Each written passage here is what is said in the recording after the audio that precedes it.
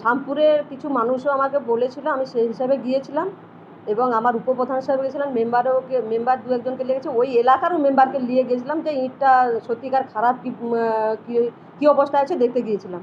যে দেখলাম ইঁটটা মোটামুটি, আমি আগেও বলবো এখনও বলবো, ইঁট যে আছে তার মধ্যে কিছু ইঁট খারাপ আছে, কিছু ইঁট ভালো আছে। তা সত্ত্বেও আমি কোয়ালিটি হয়তো ঠিকঠাক দেখতে না পারার জন্য আমার ইঞ্জিনিয়ার সাহেবকে আজকে পাঠিয়েছিলাম। ইঞ্জিনিয়ার সাহেবও একই কথা বলছেন, ম্যাডাম, যে ইঁট কিছু ইঁট খারাপ আর ভালো আছে, খারাপটাকে আমরা চেঞ্জ করে দিতে বলছি কন্ট্রাক্টরের সঙ্গে কথা বলে। এই পর্যন্ত হয়ে আছে। তবে মানুষ বলি শুনুন, যেটা খারাপ খারাপ, এবার সেখানে তো সবটাকে ভালো বলে আমরা যদি চালাবো, বলে গাছ জোরে চালাবো বলে, সেটা তো ঠিক নয়। খারাপটাকে আমরা চেঞ্জ করে দিচ্ছি।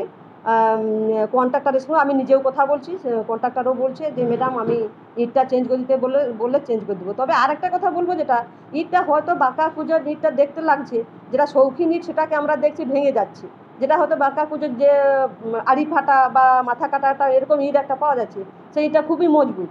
তবু তা সত্ত্বেও আমি তো যেটা বলবো যে আমার খারাপ ইঁটটা আমি চেঞ্জ করে দিতে বলে দিচ্ছি।